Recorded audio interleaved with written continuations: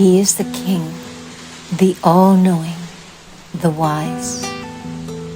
Lo, the nightingale of paradise singeth upon the twigs of the tree of eternity with holy and sweet melodies, proclaiming to the sincere ones the glad tidings of the nearness of God, calling the believers in the divine unity to the court of the presence of the generous one, informing the severed ones of the message which hath been revealed by God, the King, the glorious, the peerless, guiding the lovers to the seat of sanctity and to this resplendent beauty.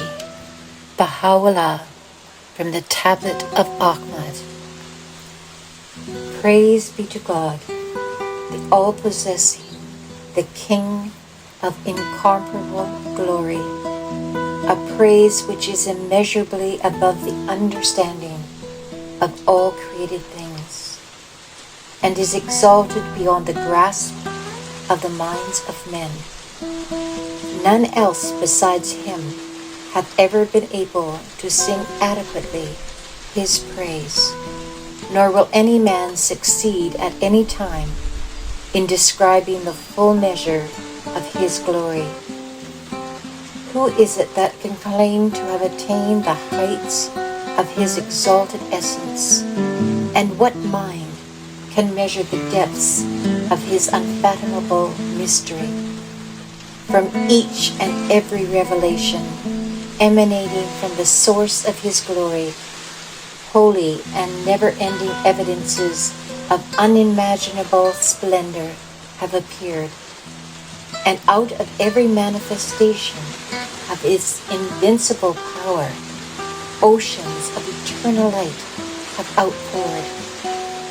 How immensely exalted are the wondrous testimonies of his almighty sovereignty, a glimmer of which, if it but touched them, would utterly consume all that are in the heavens and in the earth.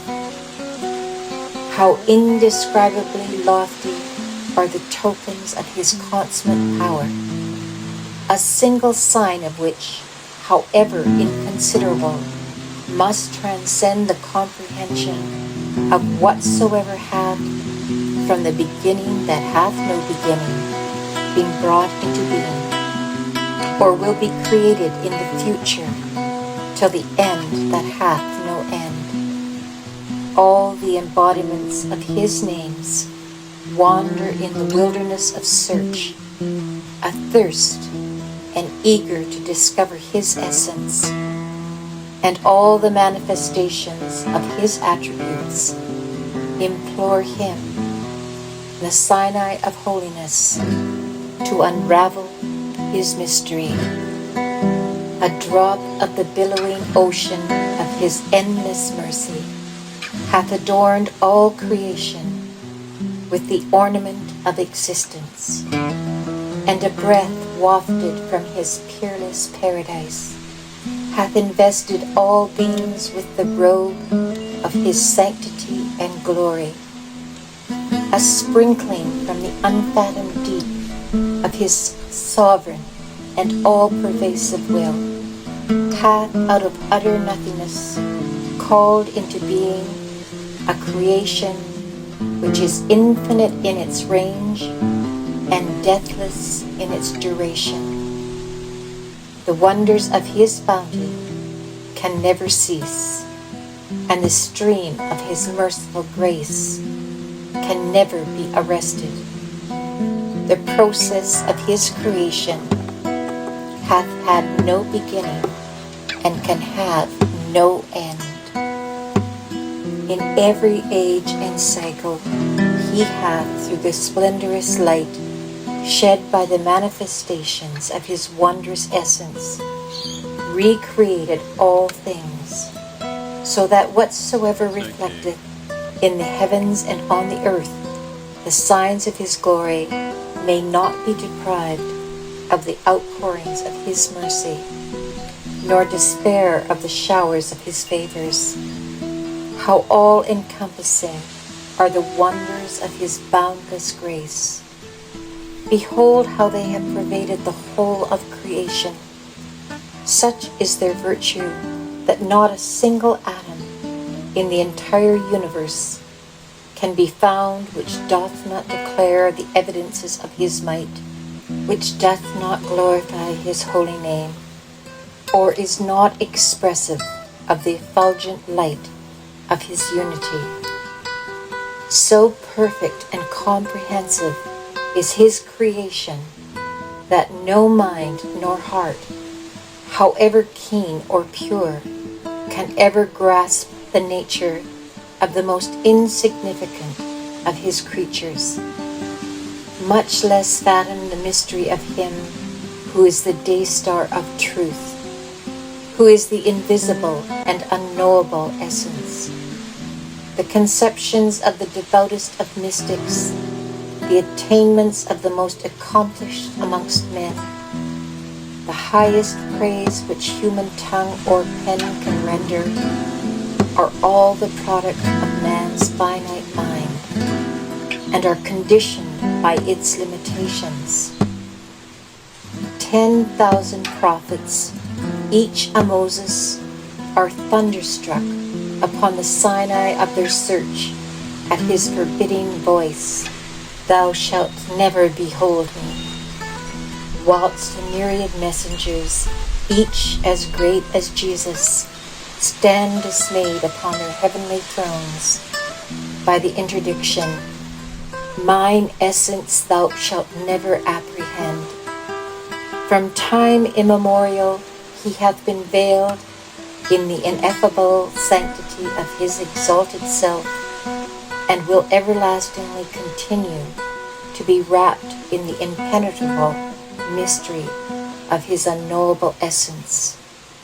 Every attempt to attain to an understanding of his inaccessible reality hath ended in complete bewilderment, and every effort to approach his exalted self and envisage his essence hath resulted in hopelessness and failure. How bewildering to me, insignificant as I am, is the attempt to fathom the sacred depths of thy knowledge. How futile my efforts to visualize the magnitude of the power inherent in thine handiwork, the revelation of thy creative power. How can mine eye, which hath no faculty to perceive itself, claim to have discerned thine essence? And how can mine heart, already powerless to apprehend the significance of its own potentialities, pretend to have comprehended thy nature? How can I claim to have known thee, when the entire creation is bewildered by thy mystery? And how can I confess not to have known thee, when lo, the whole universe proclaimeth thy presence and testifieth to thy truth? The portals of thy grace have throughout eternity been open, and the means of access unto thy presence made available unto all created things. And the revelations of thy matchless beauty have at all times been imprinted upon the realities of all beings, visible and invisible.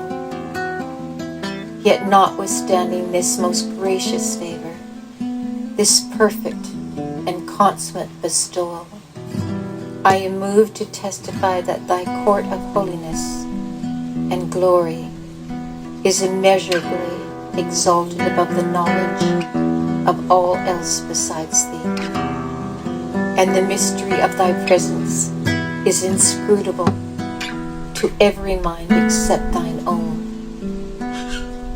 No one except thyself can unravel the secret of thy nature, and naught else but thy transcendental essence can grasp the reality of thy unsearchable being.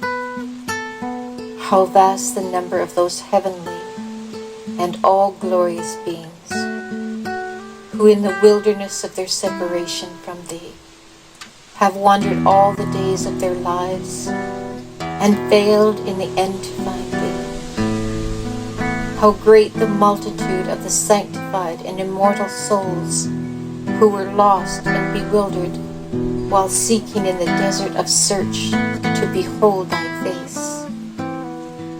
Myriad are Thine ardent lovers, whom the consuming flame of remoteness from Thee hath caused to sink and perish, and numberless are the faithful souls who have willingly laid down their lives in the hope of gazing on the light of Thy countenance.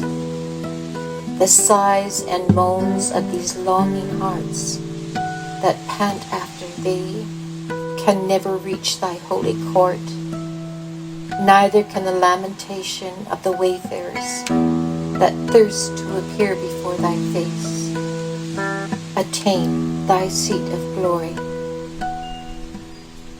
Baha'u'llah, Gleanings 26.